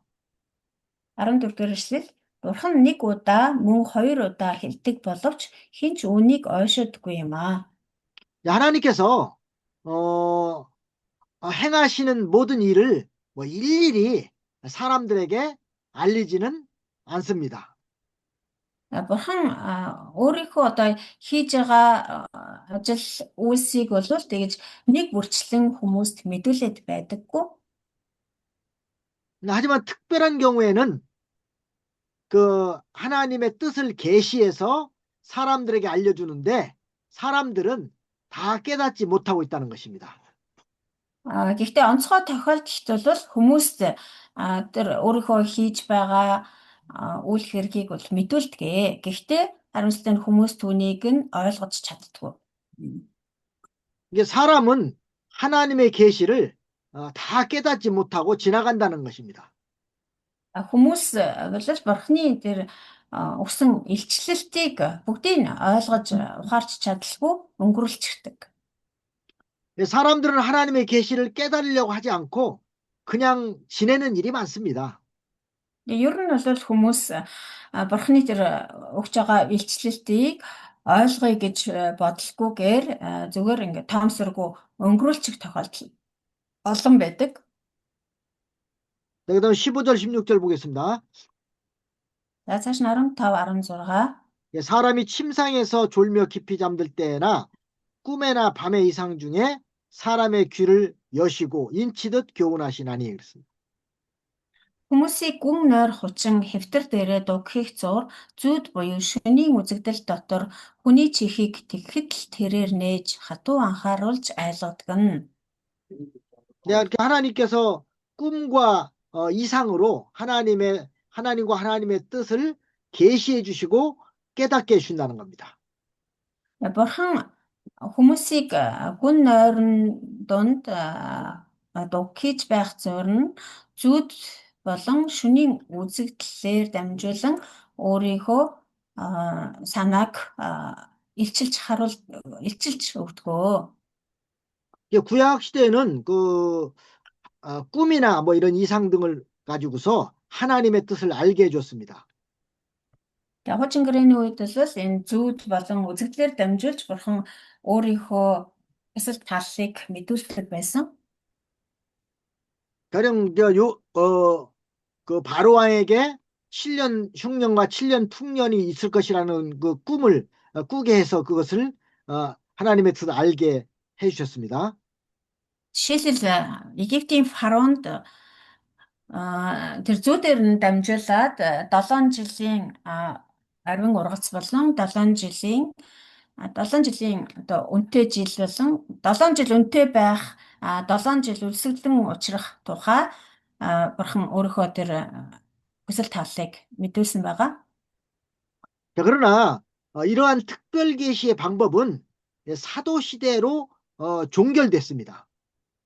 Гэхдээ энэ мэдт ийм онцгой илчлэлтийн цаг үе нь болохоор элч нарын үеэр дуусварласан. 예, 그 후로 지금은 기록된 성경을 보고 하나님과 하나님의 뜻을 알게 하셨습니다. За түүнээс хойших өнөөдрийг хүртэлх цаг үе болвол Бурхан өөрийнхөө бичигдсэн үгс болох Библиэр дамжуулан өөрийнхөө хүсэл тааллыг хүмүүст мэдүүлдэг болсон. 자, 그러므로 오늘날은 꿈이나 환상 등이 하나님의 표준 계시가 될 수가 없습니다. Тийм учраас орчин үед бол өнөө цагт бол зүүд юм уу альсгүй үзэгдэл гэх мэт зүйлс бол Бурханы тэр илчлэлтийн жишг хэм хэмжүүр болох боломжгүй юм аа. 지금도 뭐 하나님이 꿈에 나타나셔서 하나님의 뜻을 알게 해주는 그런 때가 아니라는 것입니다. Одоо энэ эрен үе бол Бурхан зүүдэнд нь үзэгдлээр ямар нэгэн үзэгдлийг харуулаад тэгэж өөрийнхөө санаа зорилгыг мэдүүлдэг тийм цаг үе биш ээ гэсэн үг. 자, 그래서 우리가 분명히 알아야 될 것은 성경에 맞지 않는 꿈은 마귀에게서 온 것이나 혹은 제 마음에서 나온 것입니다. Тийм болохоор бид нарын одоо тодорхой мэдж явах ёстой зүйл бол Библиэд нийцэхгүй тийм зүүд юм уу альсгүй үзэгдэл бол нэг бол диавол буюу чөтгөрөөс ирж байгаа альсгүй миний өөрийн бодол санаанаас урган гарсан зүйл гэдгийг мэдж явах хэрэгтэй, ойлгох хэрэгтэй. 이 낮에 골똘히 생각한 것이 밤에 꿈으로 나타나는 경우도 있습니다. Өдөр нь одоо маш их одоо санаа зовж бодож байсан зүйл маань шөнө нь одоо зүүдээр илрэх зүүдэнд маань одоо үзэгдэх тохиолдол бол байдаг. 뭐 가령 설령 꿈이 성경에 맞는다 할지라도 우리는 꿈을 따라가지 말고 성경 말씀만 따라가야 됩니다. Бас зүүдэндээ үзсэн зүйл маань Библиэд нийцтэй, Библиэтэй холбоотой тийм зүүд байлаа ч гэсэн бид нар тэр зүүдэд дагаад явж болохгүй, зүүдэд дагаж болохгүй, Библиэл дагах ёстой. 그 신명기 13장 1절로 3절에 보면은 뭐 꿈꾸는 자나 선지자가 일어나서 이적과 기사를 보이고서 다른 신을 쫓아가자고 하면은 절대로 쫓아가지 말라는 그런 내용이 나와 있습니다. Шимийнгийн 13장 1절로 3절. Дэд тул намын 13-ийн 1-ээс 3 дугаар эшлэл дээр иш үзүүлэгч эсвэл зүүдээр мэргэлэгч нар та нарын дундаас гарч ирээд чамд тэмдэг гайхамшигыг үзүүлж харуулж тхиим бол одоо цөмөрөө үүнийг даган тэдэнд зарагдцгаая гэж хэлсэн ч гэсэн та нар тэднийг бүү сонсоо гэсэн. 네, 여기 16절에 보면 그 인치듯 교훈하신다고 하는 말씀은 하나님께서 그 뜻을 사람들에게 전달할 때 분명히 이렇게 인상 깊게 깨닫게 해주신다는 것입니다. 16절이죠. 그러니까 욥기죠. 지금 여기 지금 33장. 아까 신명기를 말씀하시다가 за цааш Ёб 33:16 дээр хүний чихийг тэгтэл тэрээр нээж хатуу анхааруулж айлгадаг гэсэн. Бурхан одоо хүний чихийг нээж ийхүү сануулж зааж хэлж байдаг гэсэн үг юм. 그다음에 17절로 18절 말씀 보겠습니다. дараа нь 17-18 이는 사람으로 그 꾀를 버리게 하려 하시며 사람에게 교만을 막으려 하심이라. 그는 사람의 혼으로 구덩이에 빠지지 않게 하시며 그 생명으로 칼에 멸망치 않게 하시느니라 그랬습니다. Цаар явдлаас нь хүнийг эргүүлж сайрхал бардамналыг нь үгүй хийхийн тулд билээ. Ийхүү тэрээр хүний сэтгэлийг нүхнээс аварч тэдний амийг үхэрсдийн орноос гэтлэгдэг. 이게 하나님께서 이렇게 꿈과 이상을 통해서 사람을 교훈하는 이로 하여금 그 자기 꾀를 버리게 하시고 교만하지 않게 하기 위한 것이라는 겁니다. Бурхан ингэж зүүд болон шөнийн үзэгдлээр дамжуулан хүмүүст анхааруулж сануулж байдаг нь хүнийг тэр саар явдлаас нь эргүүлж сайрхал бардамналыг нь үгүй хийхийн тулд юм аа гэж байна. 그러니까 하나님께서는 사람들이 교만과 무지로 멸망하지 않게 하기 위해서 계시의 말씀을 주셨습니다. Тэр бурхан хүмүүсийг тэр саар явдал мөн сайрхал бардамлаасаа болж битгий сүрчгээсэ гэсэндээ ингэж үзэгдлийг зүүд болон үзэгдлийг өгдөгөө гэсэн. 그래서 인간의 죄를 깨닫게 하고 그리스도께로 인도해서 구원을 얻게 하신다는 것입니다. Тэгснээрээ хүний тэр гэм нүглээс нь аварч тэгээд гэм нүглийг нь өгөө хийж 인간의 죄를 없애고 그다음에 인간의 죄를 하나님께로 깨닫게 하고 아, 그리스도께로 인도한다는 거예요. тэгснээрээ хүмүүсийн гэм нүглийг ойлгуулж ухааруулж Христ рүү удирдан чиглүүлдэг. 그리고 그 혼으로 구덩이에 빠지지 않게 하신다는 말씀이 있습니다. 거기 보면 За бас хүний сэтгэлийг нүхнээс авардаг гэсэн байна. 그 생명으로 칼에 멸망치 않게 하신다. 자, 이 말은 Бидний нэг Христийн орноос гэтлэгдэгэ. 그 죄값으로 지옥 갈 자를 하나님께서 은혜로 구원해 주신다는 뜻입니다. За энэ нь болохоор гэм нүглийн төлөөсөөс болж там руу унах тавилантай тэр хүмүүсийг бурхан авардаг гэсэн үг. 자, 우리도 뭐 다 죄값으로 지옥 갈 자들이었는데 예수 그리스도의 피로써 우리 죄를 다 사해 주시고 우리를 구원해 주셨습니다. Бид нар ч гэсэн гэм нүглийнхээ төлөөсөнд там руу явах ёстой байсан хүмүүс боловч Есүс Христийн цусны үнээр бид нарыг худалдаж авч аварсан. 네, 그것은 순전히 하나님의 은혜로 된 것이라는 겁니다.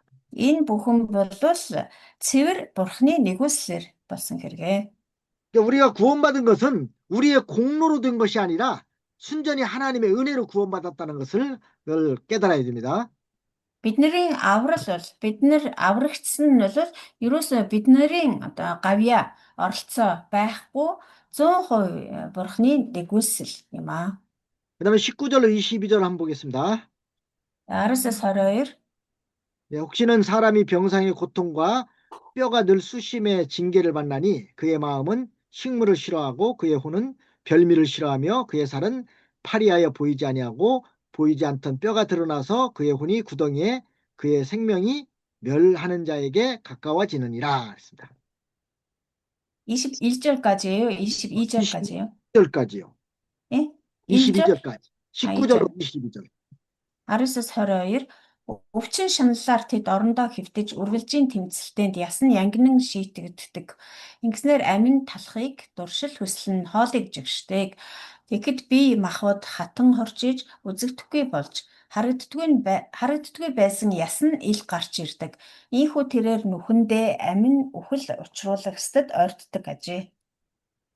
이렇게 하나님께서 때로는 큰 질병과 같은 그런 징계를 내려서 살이 다 빠져 뼈가 드러나서 거의 그 죽음에 이르게 해서 회개시킨다는 것입니다.